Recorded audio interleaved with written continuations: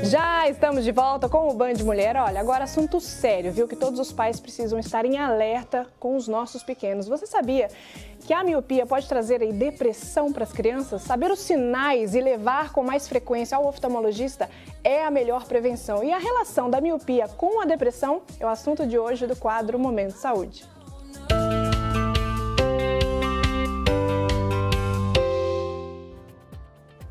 Bom, e quem fala conosco sobre esse tema é o oftalmologista Leôncio Queiroz Neto, que é presidente do Instituto Penito Bunier de Campinas e membro da Abracmo, que é a Academia Brasileira de Controle da Miopia e Ortoceratologia, que já está aqui com a gente para poder falar desse assunto que é muito sério, né, doutor? Boa tarde.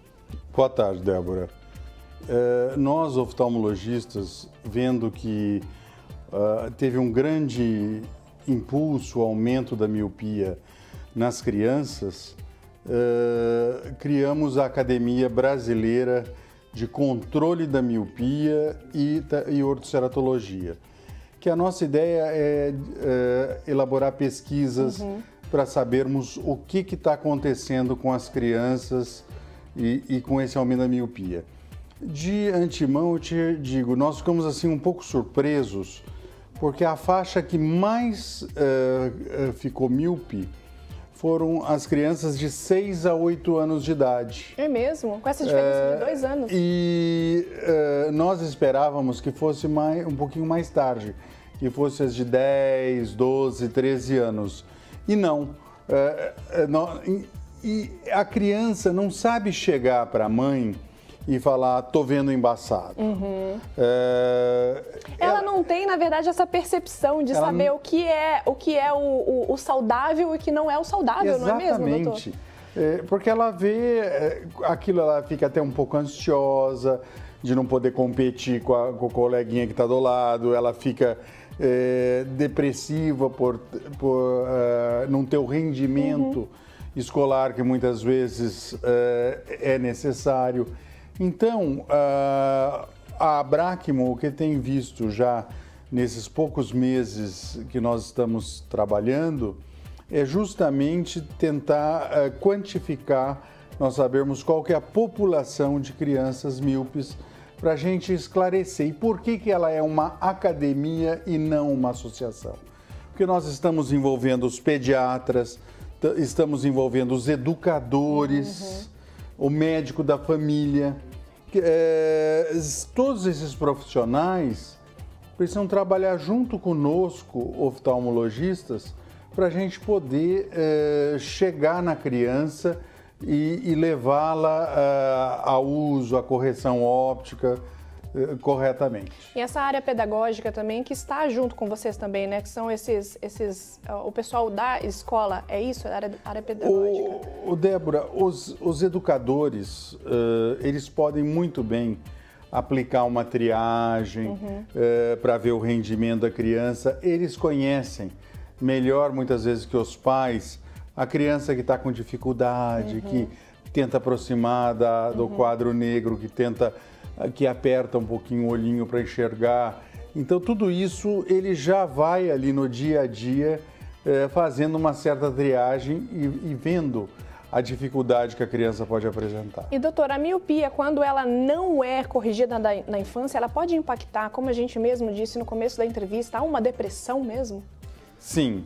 O que acontece é o seguinte, não é porque as miopias baixas, vamos dizer ali de 2, 3 graus, a falta do óculos não é um problema tão sério.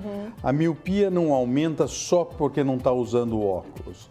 A miopia, ela aumenta porque as crianças hoje estão muito fechadas em casa, não estão tendo contato com a luz solar. A radiação ultravioleta, ela corrobora para a produção de dopamina, que é um hormônio que vai conter o crescimento do globo ocular. Porque a miopia é um globo ocular aumentado. A bolinha tem um diâmetro anteroposterior maior.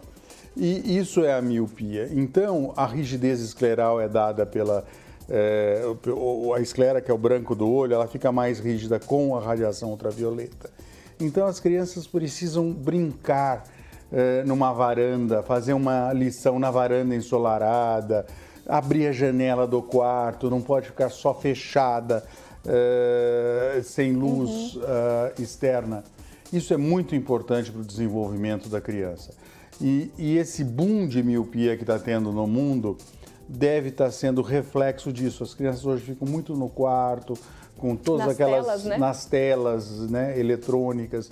Fica um celular que é diminuta a tela, com um tablet.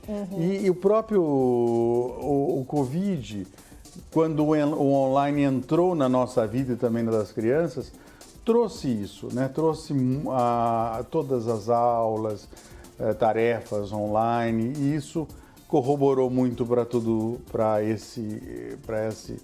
essa pandemia de miopia que nós estamos agora vislumbrando, porque até 2050 a OMS já declarou que 51% da população mundial deve ser míope. E o grande problema, Débora, é que quando nós temos uma população de míopes muito grande, 10% desses míopes vão ser automíopes, ou seja, eles vão ter uma miopia maior que 6 graus, 6 dioptrias. E os altos míopes, eles têm muitas comorbidades oculares. Eles desenvolvem mais glaucoma, mais catarata subcapsular posterior, desenvolve descolamento da retina. Então, isso com o passar dos anos? Com o passar dos anos, são problemas que nós vamos assistir numa população de alto míope. Então, por isso que hoje nós estamos lutando com o controle da miopia, para que a gente não ultrapasse essa barreira. Não tenha esses adultos, né? Exatamente. Tratando as crianças hoje para não ter esses adultos com tantas lesões. E doutor, toda miopia, ela pode estacionar com o passar do tempo ou não? Pode. Nós temos muitos casos disso.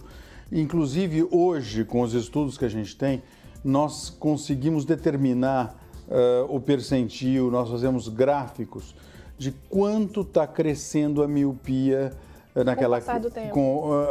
no desenvolvimento da criança. E nós sabemos que não pode passar de 0,75 ao ano, dependendo da miopia base que nós entramos nesses dados. Ou seja, tem esse exame, mas existe uma prevenção para o grau, por exemplo, para ele não aumentar, doutor? Então, nós temos usado hoje, nós temos um colírio que tem uma droga que a gente usa diluída para que não aumente tanto a miopia. Nós temos lentes de contato para criança de descarte diário que tem anéis concêntricos para também ajudar aquele estímulo da dopamina. E temos agora óculos com esse mesmo tratamento, são lentes especiais para conter o aumento da miopia. São lentes específicas para isso, nos óculos. Exato. Doutora, a gente está conversando sobre a miopia, mas também é bom a gente trazer também a questão do estrabismo, que também é muito frequente nas crianças. No caso, o ideal também seria a correção de imediato, já na infância, sobre o estrabismo?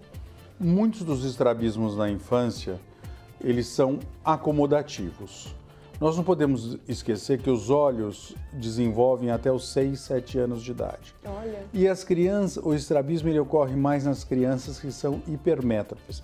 São crianças que têm olhos pequenos e que têm que a deficiência da visão proximal, da visão de perto, é muito mais importante, porque o míope enxerga perto e não enxerga longe. O hipermétrope é o oposto. Hipermetropia seria o oposto. É o oposto da miopia. Então, o estrabismo a gente muitas vezes tem que detectar precoce, e aquele olho que é fraco, que é o olho que está desviando, ele tem que ser estimulado a enxergar. Então, nós tampamos muitas vezes o olho dominante e forçamos a enxergar o olho não dominante. Muitas vezes até com óculos, com a correção óptica adequada. E doutor, quais seriam alguns sinais? Você mencionou alguns sinais, mas quais seriam os principais sinais que as crianças podem apresentar nesses dois casos, tanto da miopia quanto do estrabismo?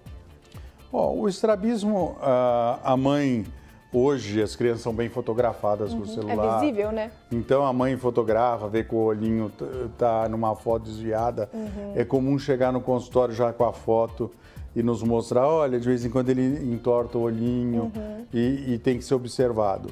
Mas muitas vezes a criança começa a se aproximar mais, principalmente as míopes, da TV, entortam a cabeça, são mais irrequietas, cai o rendimento escolar e coçam os olhos porque a visão está turva.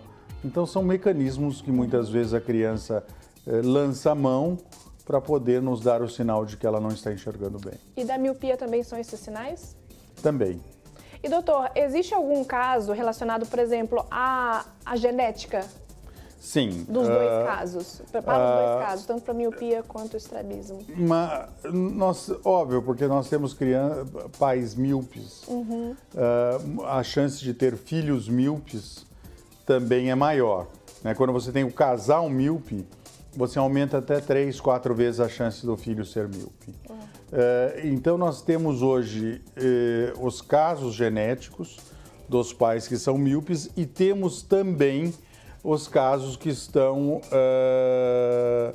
desenvolvendo pelo distanciamento social, pelo o não estar presentes à luz solar. Exato. Ou seja, tem uma dica, doutor, para os pais que estão nos assistindo, para ficar mais ou menos em alerta, não é? Em questão às crianças. Tem alguma dica? Sim, eu acho que as crianças devem ficar abaixo dos 2 anos de idade, não devem usar nenhuma tela eletrônica. Você tem que segurar esse uso. Acima disso, tem que haver uma contenção, um controle dos pais. Usar no máximo 2 horas ao dia e com intervalos de 20 minutos, 30 minutos, descansar 10 minutos olhando em outra distância focal e sempre um ambiente claro é melhor. O natural, né? Com a luz natural, né, doutor? Doutor Leôncio, muito obrigada, viu, por trazer esse assunto tão sério, tão importante, né, para os pais, principalmente um alerta aí para os pais e com as crianças. Muito obrigada mais uma vez, viu? Eu que agradeço em meu nome, em nome da Abracmo, divulgar e chegar aos pais esses novos conhecimentos. E parabéns por ser membro de toda a equipe, viu? Parabéns mesmo. Obrigado. Obrigada. Bom, e na volta do intervalo nós vamos falar sobre autocuidado, hábitos com a pele e como preparar a sua pele para uma boa fixação da maquiagem. Peraí que a gente já volta, viu?